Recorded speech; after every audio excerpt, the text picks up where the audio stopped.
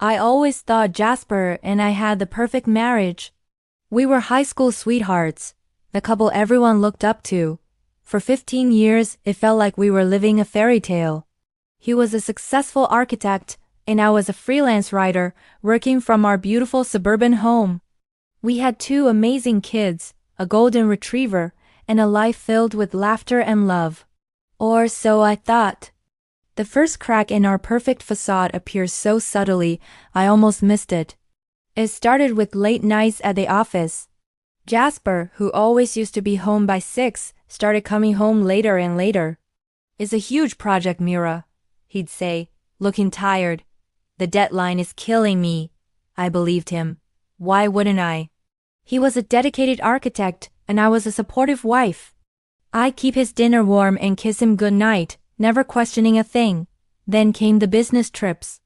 They became more frequent, sometimes lasting for a whole week. He'd call every night, his voice filled with exhaustion. He'd tell me about long meetings and demanding clients.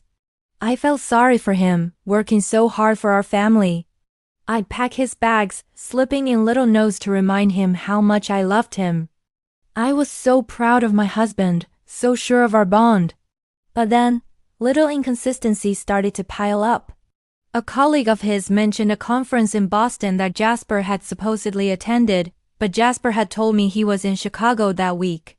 When I asked him about it, he just laughed it off. "Oh, you know how these things get mixed up, honey." It was a last-minute change of plans. His explanation was smooth, confident, and I pushed my unease aside. I told myself I was being paranoid. I trusted him. The real red flag, the one I couldn't ignore, came from our joint bank account. I was paying bills one afternoon when I noticed a recurring charge from a florist I'd never heard of. It wasn't just once. It was every month for the past 6 months. A bouquet of expensive lily delivered to an address in a city an hour away. Jasper knew I was allergic to lily. My heart started pounding in my chest. This wasn't for me. I confronted him that night, my hands trembling as I held the bank statement. At first, he tried to deny it. He said it must be a mistake, a fraudulent charge. But I could see the panic in his eyes. He stumbled over his words, his usual calm demeanor gone. "Who are they for, Jasper?" I asked, my voice barely a whisper. The silence that followed was deafening. It was an admission in itself. He finally broke down. He confessed he'd been seeing someone. Her name was Serena. It had started as a casual thing, he claimed, a fling during a business trip. But it had grown into something more. For the past 2 years, Jasper had been living a double life. The late nights at the office weren't about deadlines. The business trips weren't just for business. He had another woman, another life in another city. The pain was indescribable. It was like the floor had been ripped out from under me. The man I had loved for half my life, the father of my children, was a stranger. Every memory we had shared suddenly felt tainted, like a scene from a movie I had only imagined. The 15 years of our marriage, our perfect life, it was all a lie. He'd look me in the eyes and tell me he loved me, right after coming from her arms. He begged for forgiveness. He swore it was a mistake and that he would end it immediately. He promised he loved me, that I was the only one he truly wanted. A part of me, the part that still loved the man I thought he was, wanted to believe him. I wanted to fix our broken family and pretend this was just a horrible nightmare. But how could I ever trust him again? How could I look at him without seeing his betrayal? The weeks that followed were a blur of tears and sleepless nights.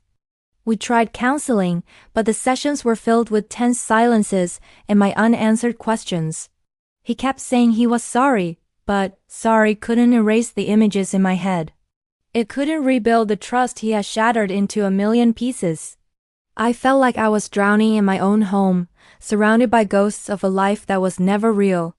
One day, I found an old photo album from our wedding. We were so young, so full of hope. Looking at my smiling face, I realized I didn't recognize that woman anymore. She was naive, trusting, and completely unaware of the heartbreak that was waiting for her. But as I looked closer, I also saw strength. I saw a woman who deserved more than lies and betrayal. That was the moment I knew I had to leave. It was the hardest decision of my life. The thought of breaking up our family was agonizing. But staying in a marriage built on deceit was even more painful. I had to choose myself. I had to choose a future where I could be happy again, where I could be whole. Telling the kids was the worst part. There's no easy way to explain to your children that their father isn't the hero they thought he was. But I did it with as much honesty and love as I could. I told them that sometimes adults make mistakes they can't fix, but that both their dad and I would always love them more than anything. The divorce was messy and heartbreaking, but with every paper I signed, I felt a little bit of my strength returning. I moved into a small apartment with the kids, and we started to build a new life. Just the three of us. It wasn't easy. There were days when I'd cry in the shower, mourning the future I thought I'd have. But there were also moments of unexpected joy. Laughing with my kids over a silly movie, rediscovering my passion for writing, feeling the sun on my face during a morning walk. It's been a few years now. I'm not the same woman I was. I'm stronger, more resilient. I've learned that you can't control other people's actions, but you can control how you respond. You can choose to let heartbreak destroy you, or you can choose to rebuild. I chose to rebuild. Discovering Jasper's double life was the most devastating experience, but it also forced me to find a strength within myself that I never knew I had. My story isn't about a perfect marriage that fell apart. It's about a woman who found herself when her world collapsed. And for that, I am grateful. If you're going through something similar, please know you are not alone. And there is light on the other side. Thank you for listening.